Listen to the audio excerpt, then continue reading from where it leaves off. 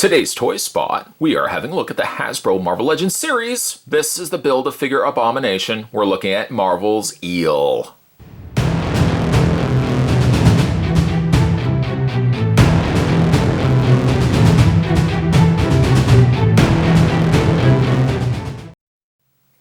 This is also the first figure that we're having a look at, gauged by the fact that Marvel's Eel comes with the torso. Spot usually goes with torso as the first figure, and then I just add like the arms, the legs, the head to build, in this case, Abomination.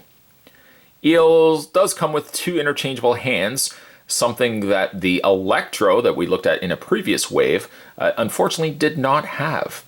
Side of the box features Eel on the one side, also features the same image on the other. The back of the package, powered by strong electrical currents, Eel uses bursts of electricity to shock his enemies into defeat. It is to no surprise as well, he's also using the same hands as Electro. Down below, there's other figures as well, such as Scarlet Witch, Secret Wars Captain America, Marvel's Captain Britain, Marvel's Eel, and then we have the Marvel's Wonder Man and Iron Skull. Very cool. And when you finish, you get this guy right here. Is that a segue? You gosh darn right is a segue. Spot's going to finish this guy. Yay, we're going to finish it. We're going to look at Abomination, obviously, when we get everything put together, but let's not get ahead of ourselves. Oh, and also, www.hasbro.com/Avengers, but let's not get ahead of ourselves. Let's start with figure one, and we'll take individual steps together until we finally finish ourselves Abomination. But first, we're going to take a break. I'm going to take a break. You guys will still be here. When we come back, though, we're going to get a better look at the Captain America Marvel's Eel. There's more heading your way, guys. Don't go anywhere. As we always do on this channel, first, let's have a look at the Build-A-Figure component, and then we'll have a look at the figure that comes with it. So in this case, we've got ourselves the starting block. We're right at the starting line here. We haven't gone anywhere yet in this race, but we've got ourselves the torso of Abomination. The arms will go here, the legs will go here, the head will go there, and we've got ourselves a finished figure. But there's a long way to go. Long, long way to go. I think it looks awesome though. I really love the texture work and I love the paint that they've put on Abomination.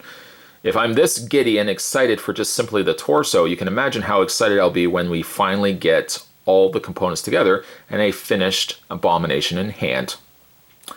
Let's put that just to the side. The other thing to come included with Eel, get him to hopefully properly stand. There we go. Stay, stay, stay. Don't fall, don't fall. See, now he's being difficult.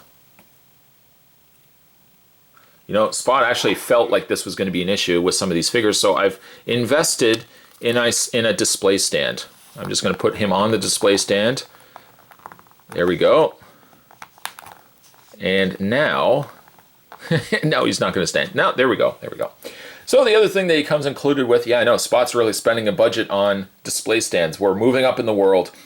The other thing he comes included with is a pair of normal fists.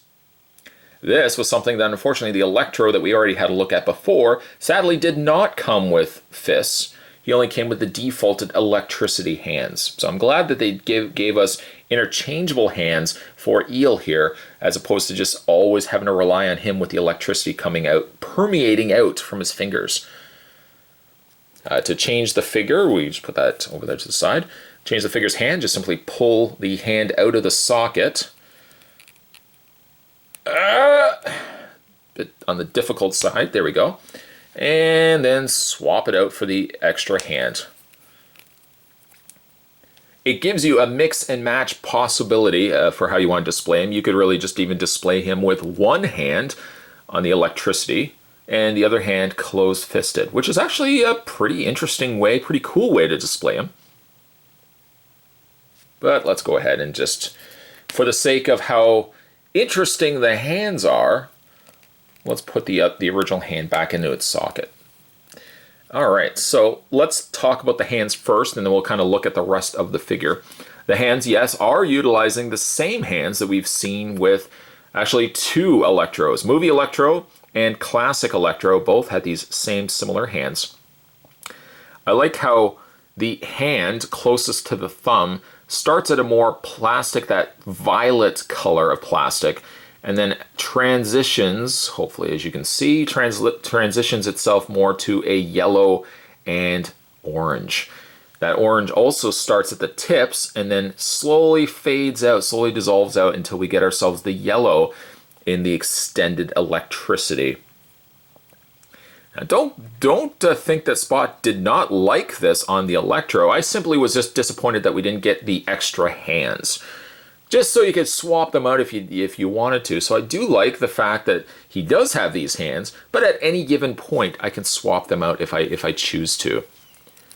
The figure's body is primarily that same violet that we were just discussing, mixed with what I can only ascertain as a teal color. Kind of a teal blue color. It's got a very vintage look, very 80s designed look to him. Also some of the coloring as well, that blue gives us this really neat looking kind of jagged effect on one side, a little cleaner on the other. Same also can be said for the one leg, how it has that jagged spike look, the other side completely straight. It's a simple figure at best, a very simple design. I like personally that Hasbro branches off and gives us characters above and beyond the traditional Iron Man, traditional Spider-Man, even traditional A-list villains. The face also very simplistic. You can see the faint indication that there is a mouth underneath the mask there, as well can be said for the ears. They've got a little bit of a wrinkling right behind the ears. Just gives it that look that the mask has been stretched. But again, the body the mold is utilizing has been carried over with other figures before. It's very basic in design, but I think the coloring goes a long way. This teal and purple, though it does look dated, I quite like. I do think it turned out decent. When it comes to his posability, as you would expect, it's utilizing the same Marvel Legends build, so it's going to have the same posable options there. His head does hinge up and down, as well as a full rotation on the head socket. The shoulders hinge out, like that. As well, you can rotate the arms all the way around. A swivel point in the bicep. He does also utilize a double hinged elbow, and the hands that we had already discussed do swivel all the way around, as well as hinge back and forth. The torso comes across a little on the loose side, but not terribly loose. Has a rotation on the waist, ball-jointed legs, a top swivel cut right at the top of the thigh, allowing the leg to rotate back and forth. He has a double hinge on the knee, and he has a swivel not only on his boot, he has an ankle pivot in his foot, and the foot hinges back and forth as well. Utilizing the likes of a display stand, you can really get these Marvel Legends in some pretty interesting poses. Spot's not the greatest of posing experts out there, but you know, once you get I'm trying to learn as I go along, but things such as certainly display stands can help a lot getting him in some interesting poses. He much more is a basic figure in the scope that he doesn't have a lot of additional tooling to him other than really the hands that we've seen in previous instances. Where this guy makes up for it, if you ask me, is just color. I like his color. You may not like the teal or the purple, but I think the execution of it, no pun intended, turned out quite good. Today's Toy Spot, we're looking at the very first figure. Got ourselves also a torso. We were looking today at Marvel's Eel. I had to make sure I throw Marvel in there as well. Stay tuned, guys. Spot's got lots more videos heading your way. Of course, we still have to finish this guy, so more videos for this guy will be heading your way. As always, thanks for watching as you always do. I'll see you next time.